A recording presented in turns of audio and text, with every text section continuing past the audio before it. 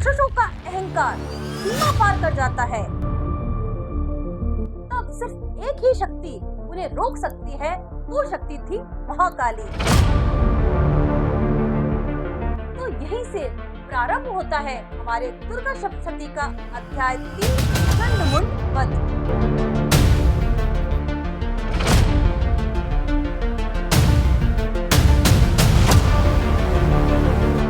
Hello guys, welcome to my class learning legacy. Learning legacy class में आप सभी का स्वागत है। तो आज हम करने जा रहे हैं दुर्गा सप्तशती के अध्याय 3 का वाचन, जिसमें देवी माँ क्या करेगी, चंडमुंड का वध करेगी। तो कथा यहाँ से प्रारंभ होती है कि शुंभ निशुंभ नाम का जो दैत्य है उसके दूत होते हैं चंडमुंड।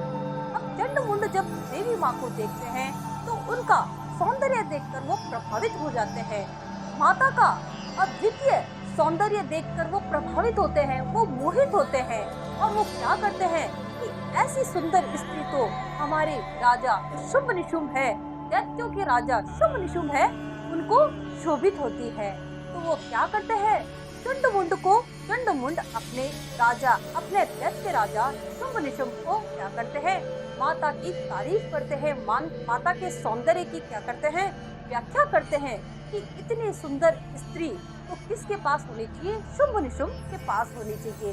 तो शुंभ निशुंभ क्या करता है, चंडमुंड को दूत बना के भेजते हैं और चंडमुंड क्या करते हैं, देवी माँ के सामने कहते हैं कि हे स्त्री, तुम हमारे जो राजा हैं, दैत्यों के राजा हैं शुंभ निशुंभ, उनसे विवाह करो और तुम इतनी सुंदर स्त्री हो, आपको रखने का अधिकार हमारे दैत्य राजा शुंभ निशुंभ को ही है। तो इस पर माता क्या करती है, यदि तुम्हारा राजा जो दैत्यों का राजा शुंभ निशुंभ है, यदि मुझे वो पाना चाहता है तो क्या करे, वो युद्ध में मुझे जीते। अब इस बात पर क्या होता है, चंडमुंड जो कि दैत्य है, असुर है, तो उनको क्या लगता है कि स्त्री ने हमारा अपमान किया है। चंडमुंड को ऐसा लगता है कि स्त्री ने हमारा जो प्रस्ताव है वो हमारे दैत्य राजा शुंभ निशुंभ के बारे में हमारा प्रस्ताव ठुकरा दिया है और हमारा अपमान किया है। तो वो क्रोधित होते हैं और क्रोधित होकर वो कहाँ जाते हैं, शुंभ निशुंभ के पास जाते हैं और वो एक ऐसी शिकायत करते हैं कि एक स्त्री का इतना घमंड, इतना अहंकार, वो शुंभ निशुंभ को क्या कर रही है, ललकार रही है युद्ध के लिए। तो इस पर शुंभ निशुंभ को भी क्रोध आता है और चंडमुंड तो क्रोध में भरे हुए हैं कि स्त्री के द्वारा वो क्या कर लिए गए हैं, अपमानित कर लिए गए हैं, उनको अपमान की अनुभूति होती है।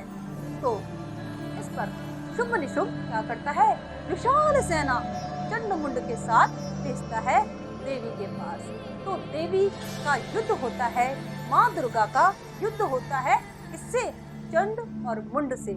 अब देवी के क्रोध से क्या होती है, देवी के क्रोध से महाकाली प्रकट होती है। जैसे ही चंड और मुंड माँ के ऊपर प्रहार करते हैं और जैसे ही वो अपना निशाना साधते हैं तो माँ के क्रोध से ज्वाला भड़कती है और क्या होता है, उस ज्वाला से महाकाली उत्पन्न होती है। महाकाली उग्र नेत्रों वाली, जिसके गले में मुंड की माला शोभित है, जिसकी आंखें क्रोध से लाल है और महाकाली का ऐसा उग्र रूप देखकर हजारों दैत्य उनकी आंखों के क्रोध से ही मर जाते हैं। हजारों दैत्यों का क्या हो जाता है, विनाश हो जाता है। माँ अपने क्रोध में लाल है, माँ की आंखें अब करुणा से लाल नहीं है, माँ की आंखों में अब क्रोध है, अब क्रोध से उनकी आंखें लाल है। वो क्या करती है, सिंह पर बैठी हुई हुंकार भरती है। जैसे ही माँ हुंकार भरती है, हजारों दैत्यों का क्या हो जाता है, विनाश हो जाता है। अब चंड और मुंड जैसे ही माँ के ऊपर वार करते हैं, वो एक वार करते हैं, माँ के हुंकार से हजारों तीर निकलते हैं और हजारों दैत्य मारे जाते हैं। तो उस समय क्या होता है, माँ क्या करती है, चंड का वध करती है, मुंड का वध करके, और माँ क्या करती है, माँ दुर्गा के चरणों में समर्पित कर देती है। चंड और मुंड दोनों के सर लेकर माँ क्या करती है, माँ दुर्गा के चरणों में समर्पित कर देती है महाकाली।